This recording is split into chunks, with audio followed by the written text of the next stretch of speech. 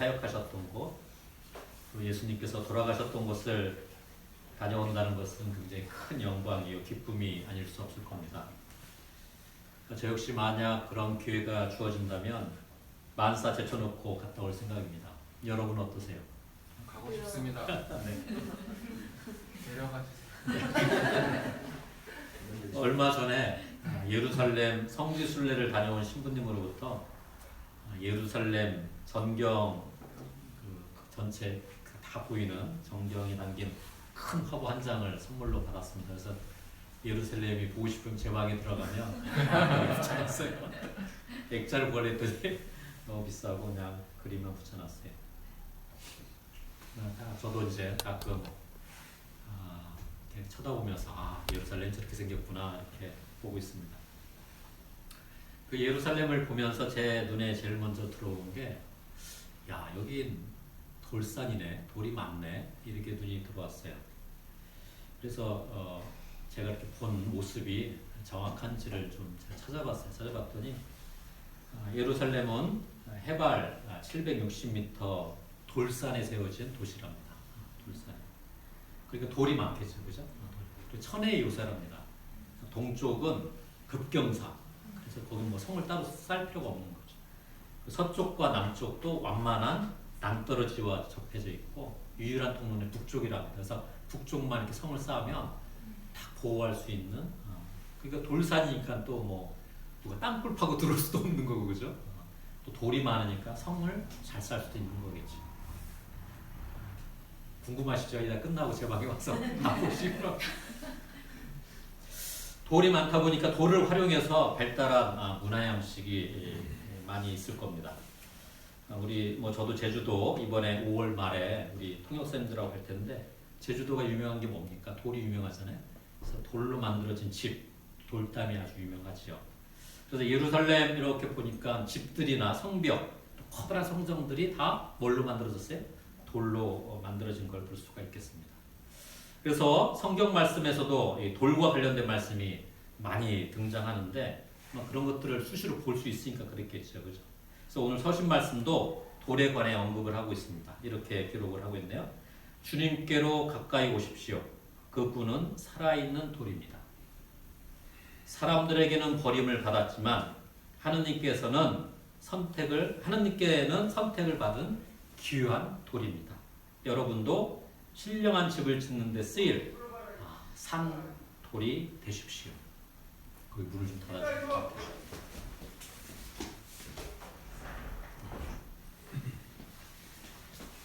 오늘 성경 말씀은 돌은 돌인데 산돌이 되라고 우리를 초대하고 있습니다. 산돌이 있다라면 죽은 돌도 있는 것이겠죠. 산돌이 있다면 죽은 돌도 있는 것입니다. 산돌과 죽은 돌의 차이점은 무엇일까? 우리가 알고 있는 상식으로 보면 돌이 살아있다고 말할 수 없죠. 우리가 생물 시간에 배운 돌은 무생물입니다. 그죠? 무생물. 지구상의 어떤 돌을 우리가 살아있다 이렇게 상식적으로 말할 수 없죠. 대부분의 돌은 죽은 생명체입니다. 근데 오늘 성경 말씀은 산돌이 되라고 초대를 하고 있죠. 산돌이 되라. 이게 뜻하는 게 뭘까? 산돌이 되는 게 무슨 뜻일까? 오늘 사도행전의 말씀은 초대교회의 첫 순교자인 스테파노의 순교를 기록하고 있습니다. 스테파노의 순교 현장에 등장하는 것이 돌이죠.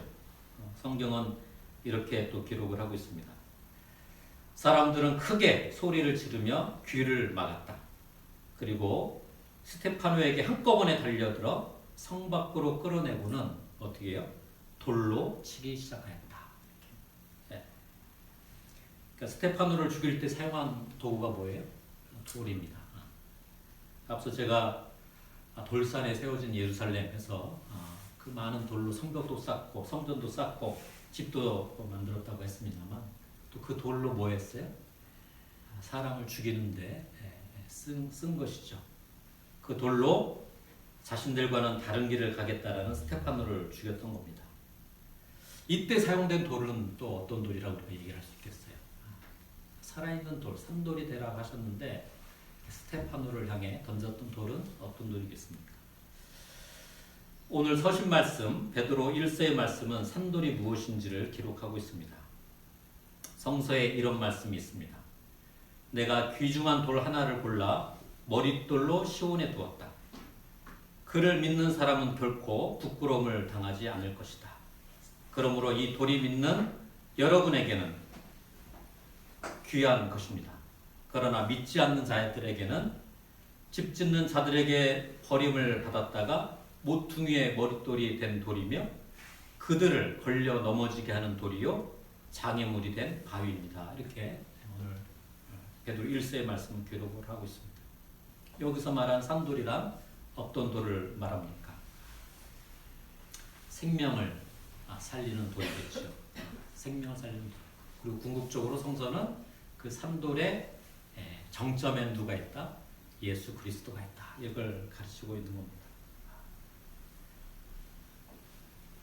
가치가 전혀 없어 보이는 돌들도 집을 짓는 데 사용하면 어떻게 돼요? 생명을 살리는 돌이 되는 것이죠. 또 그 돌을 가지고 성벽을 쌓으면 어떻게 돼요?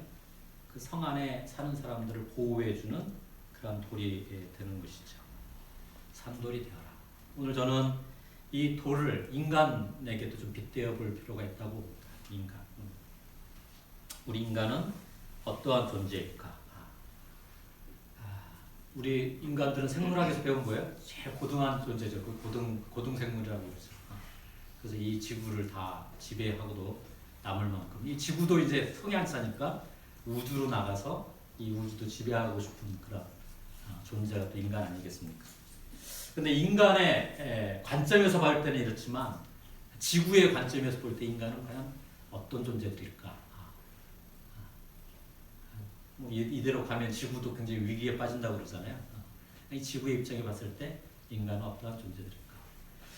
제가 몇 해 전에 제가 이렇게 막 그런 게임하는 영화들을 좀 좋아하는데 킹스맨 시리즈도 좋아합니다. 그래서 2014년에 개봉한 킹스맨을 본 적이 있어요. 거기를 봤더니 막 돈 많은 권력가가 좀 살려둘 만한 사람도 빼놓고 나머지들은 다 서로 싸워서 죽이게끔 하는 프로젝트를 진행을 합니다. 이걸 이제 킹스맨이 딱 막는 그런 영화인데 왜 사람들이 서로 싸우게 하고 죽게 할까 했더니 거기에는 딱 이론이 있습니다. 이 돈 많은 이 사업으로 성공한 사람 같은데 이 사람은 그게 자기 사명이라 생각하는 거예요. 소명이다. 이 지구를 살리기 위해서는 이 지구에 있어서 바이러스와 같은 존재인 인간을 많이 없애야 한다. 이렇게 생각을 했던 겁니다. 그래서 그런 그 프로젝트를 진행하는 사람은 악이고 그 악을 처단하는 킹스맨은 선이다 이렇게 생각을 했는데 열심히 생각해보니까 그렇지도 않을 수도 있겠네. 지구의 입장에서 보면 지구로부터 200년 전에 저처럼 영국의 성공의 성직자이자 또 경제학자였던 토마스 로버트 멜더스라는 사람이 있습니다. 멜서스라는 사람 들어보셨죠? 인구론을 얘기했던 사람. 그의 주장은 이랬죠. 인구의 자연적 증가는 기하급수적으로 이렇게 막 늘어나죠. 그러나 식량 증산은 그걸 따라가지 못한다. 그래서 결국은 어떻게 돼요?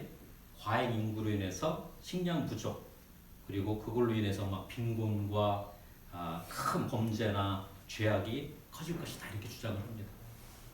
그래서 그는 두 가지 이제 대책을 내놓는데 예방적 조치와 또 이제 적극적인 억제책을 내놓습니다. 하나는 예방적 조치는 뭐겠어요? 인구가 늘지 않도록 하려면 야 결혼하지 마라.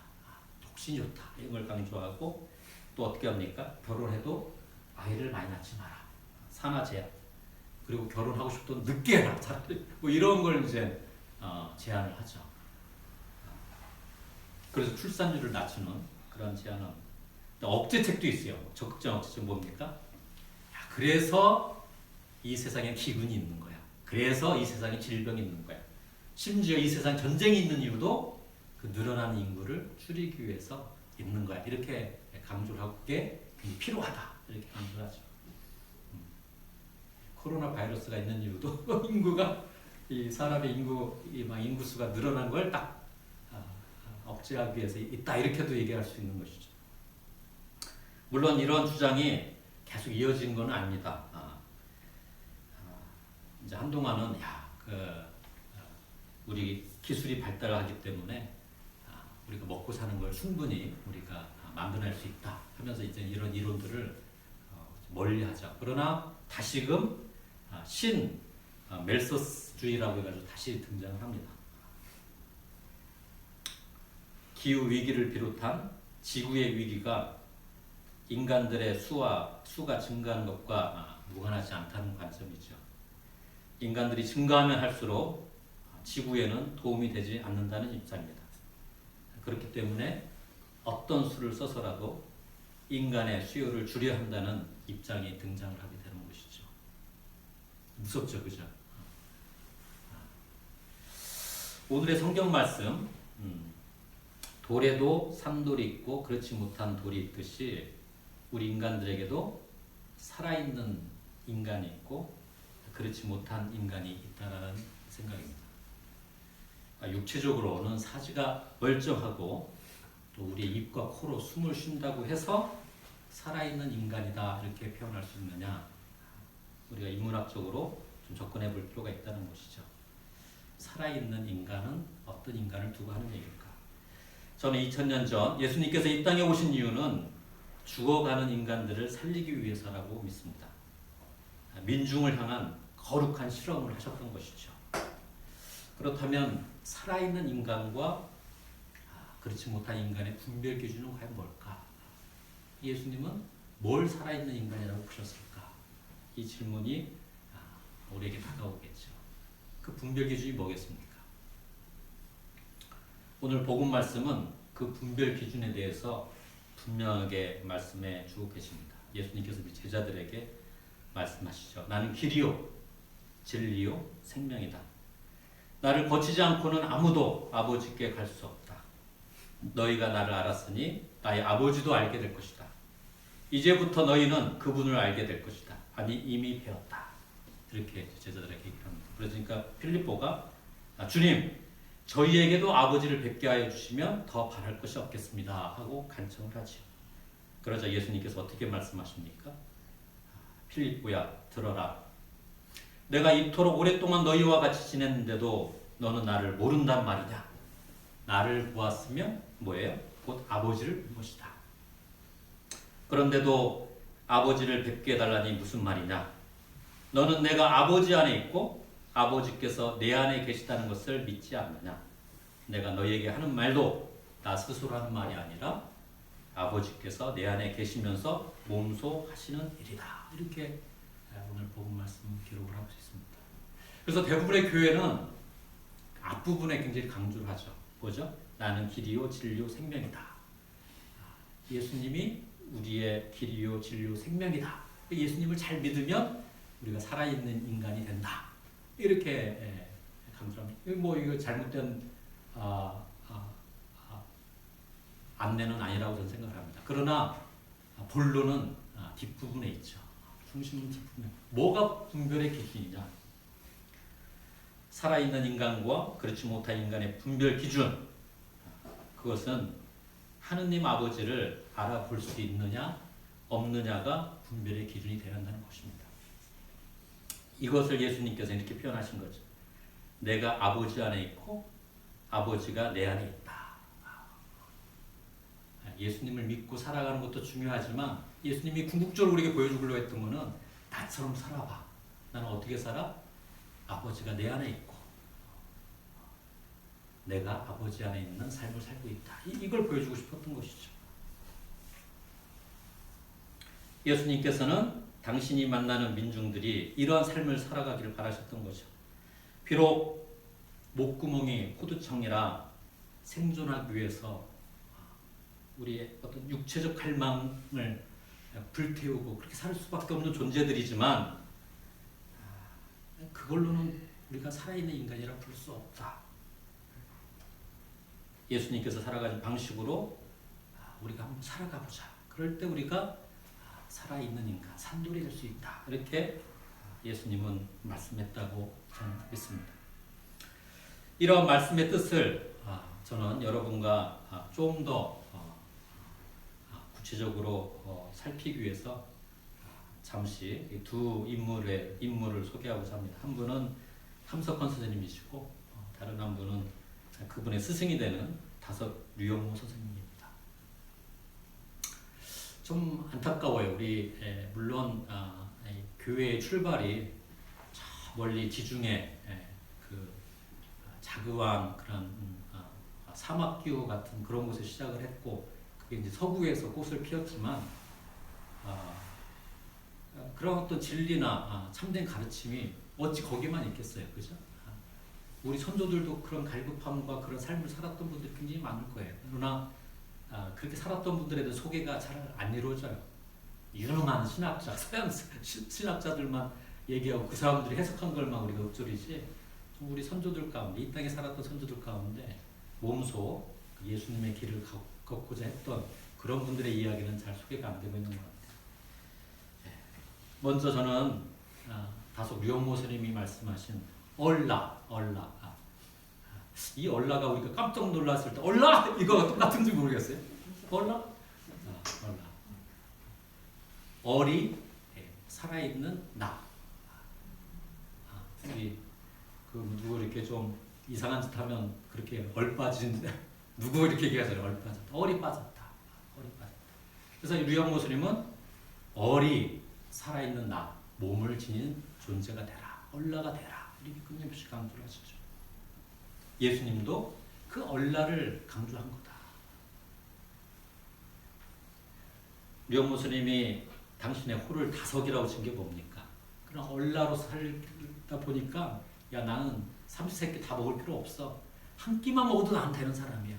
그래서 저녁 한 끼만 한평생 먹는다 해서 이제 이름을 다석이라고 친 거 아니겠습니까? 류영모 선생님의 제자인 함석헌 선생님은 또 어떻습니까? 그분이 말씀하신 아주 대표적인 단어가 있죠. 뭐죠? 씨알입니다. 씨알. 얼라는 한 개개인의 영역에 머물러 있었다면 씨알은 굉장히 사회적인 용어입니다. 제가 한신대 신학대학원에서 공부할 때 굉장히 존경하고 또 제가 이렇게 옆에 있으면서 그분의 가르침을 많이 배웠는데 그 함석헌 스님의 제자라고도 볼 수 있는 김경재 교수님이세요. 지금 이제 나이도 많으셔서 이제 돌아가실 날이 얼마 남지 않은데 이분이 이제 씨알에 대해서 야 함석헌 선생님이 말한 씨알은 이런 거야 하고 저한테 이제 설명을 해줬던 기억이 나서 또 말씀을 드리겠습니다. 씨알이란 민, 피플을 뜻한다. 근데 이 피플은 그냥 우리가 흔히 하는 민이나 피플을 말하는 게 아니라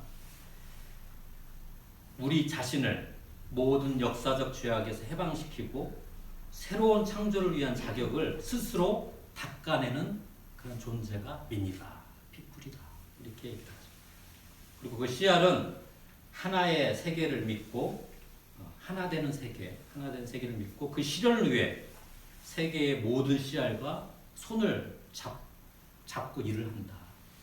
그리고 씨알은 너, 나 이런 구분은 있지만 더 가서는 너, 나 구분이 없는 삶을 지향한다. 우리는 전체 안에 있고 전체는 우리 하나하나 속에 다 있다. 이게 이제 씨알의 살아가는 모토가 된다. 씨알은 스스로가 역사의 주체인 것을 믿고 그 성장과 활동을 방해하는 모든 악과 싸우는 것을 사명으로 알고 살아간다. 씨알은 그 어떠한 형태의 권력 숭배도 반대한다. 씨알은 비폭력을 그 사상과 행동의 원리로 삼는다. 이렇게 가르쳐 주셨습니다. 씨알. 산돌이 되는 게 뭐냐?